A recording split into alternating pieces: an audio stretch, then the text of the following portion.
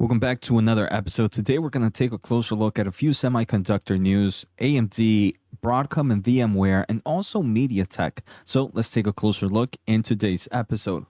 So, like I mentioned, first we're going to start off with one of my favorite semiconductor companies, that is Advanced Micro Devices, AMD. Stock is up roughly 2% right now. Year to date, the stock is up over 77%.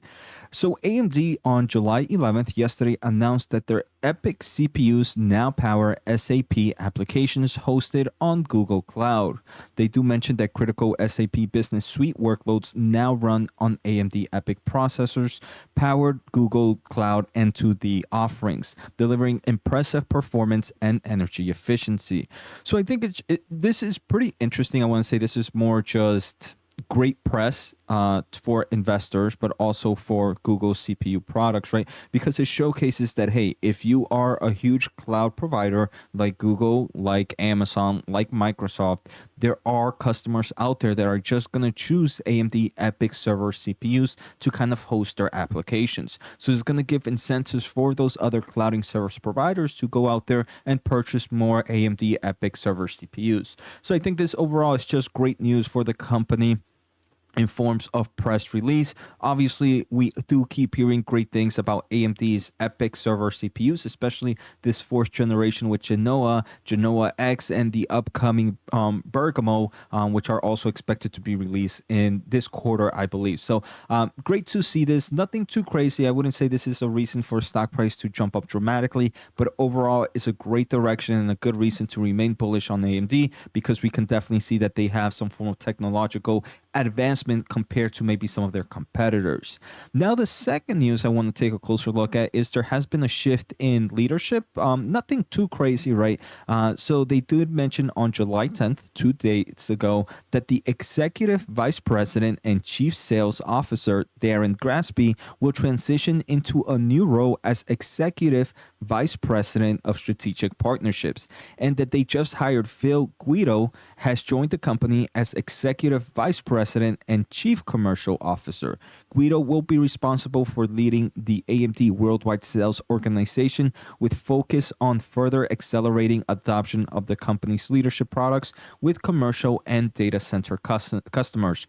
So, I mean, I think the biggest thing here is just the addition of this new Phil Guido. I'm probably butchering his name, but Guido joins AMD after more than 30 years at IBM, where he most recently served as the general manager and global managing partner of strategic sales at IBM Consulting. So I do believe this is a great move, right? They do mention that his current role at AMD will be able to kind of accelerate the adoption of the company's leadership products within commercial and data center customers. And his previous positions in IBM, he was a strategic sales at IBM Consulting. So he definitely probably has some form of bridges that can help him kind of grow and kind of get AMD products out there a little bit more. So overall, nothing too crazy for AMD in forms of stock price reaction, but I do believe in the long terms, AMD is one of my favorite semiconductor companies to own at the moment. This is my number 2 position. Let me know in the comments below, guys. Are you bullish or bearish on AMD? Now, the second company I want to take a closer look at is Broadcom. Actually, it's 2 companies in one, Broadcom and Vmware. So Broadcom is was set to acquire VMware for about $69 billion, one of the largest semiconductor or even tech acquisitions ever. And year to date, Broadcom is up 61.61% as I am recording. A good bulk of that is coming from May, where the stock jumped up over 31%.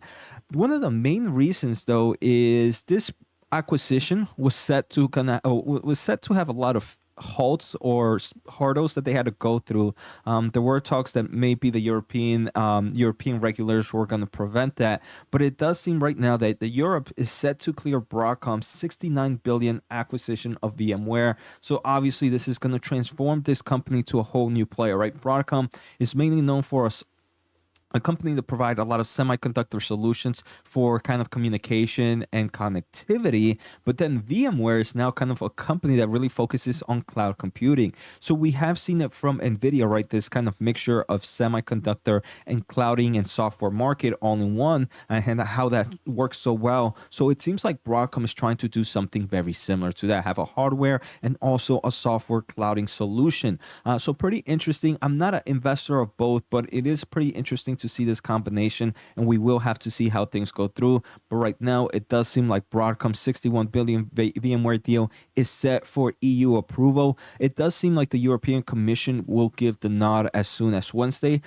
Some kind of people familiar with the matter have spoken, but there are some conditions where it does seem like Broadcom has signed up for behavioral remedies, including promises to import interoperability standards into its technologies to allow rivals to compete more fairly. So there's definitely some hidden remarks behind this approval, but obviously if you do want to see this semiconductor and software giant, clouding giant, become one, this is really good news. We can definitely see VMware up over 8% in the past 5 days when this news came out. The final topic I want to talk about is another semiconductor giant. This is Mediatek. I want to thank the Motley Fool for sponsoring this video, and check out fool.com/Jose for the 10 best stocks to buy now. With that link, you get a promotional offer for their subscription service. Now, let's continue with today's episode. Mediatek, for those that are not familiar, I want to say this is probably one that's very, very highly competitive to Qualcomm. They do create a lot of wireless communication chips that go on things like tablets and mobile phones. The stock year to date is barely up 6.3%, very similar like Qualcomm, right? Because right now we are seeing this weakness in the mobile market. But recently, Mediatek on July 11th announced that they are bringing new diversified mobile offerings with Dimensity 6000 series for the mainstream 5G devices. So they do mention that on July 11th, they announced this new semiconductor solution, the Dimensity 6000 series, along with the chipset designed to enhance the next generation of mainstream 5G devices. And they do have a huge catalog. For example, the 9000 series is designed for flagships, smartphone, and tablets. Then they have the 8000 series, which is geared for premium mobile devices. The 7000 series, which expands to high-tech devices. And now the new 6000 series will now democratize higher-end features to mainstream 5G devices. They do mention that the first smartphones featuring this new 6000 chipset will be available in the third quarter of 2023. So I do believe by them kind of announcing new solutions like this, it might kind of showcase some bullishness in the consumer market, at least for the mobile space, maybe for the upcoming quarters, right? The final thing I want to mention with Mediatek is, for those that are not familiar, Mediatek also creates chipsets for the auto platform, again, very similar to Qualcomm. And back in May of 2023, they did mention that they are partnering up with Nvidia, where they're doing this kind of chiplet design where they're going to create some chips themselves, but then they're going to use Nvidia's GPU chiplet for their auto platform. I do believe that, hey, they're starting off here with the auto industry, but eventually they are going to probably start doing it in the mobile industry and some of these other devices. This is definitely something to keep in mind of if you are a Qualcomm investor, right? Because this is some kind of competition, and then having that chiplet design and getting from one of the best players out there in graphics with NVIDIA's GPU chiplet is definitely something to keep in mind of. I personally wouldn't be surprised if in the future Qualcomm also does some form of chiplet where they start to integrate maybe some of Nvidia's GPUs, and who knows, maybe other products out there and other companies as we continue to expand into this chiplet market. So Mediatek is pretty interesting, right? I personally am more of a favor of Qualcomm at the moment, but again, very interesting. And if you are a Qualcomm shareholder, you might want to take a closer look on Mediatek. So I hope you guys enjoyed today's episode. Take care, have a good day, and see you next time.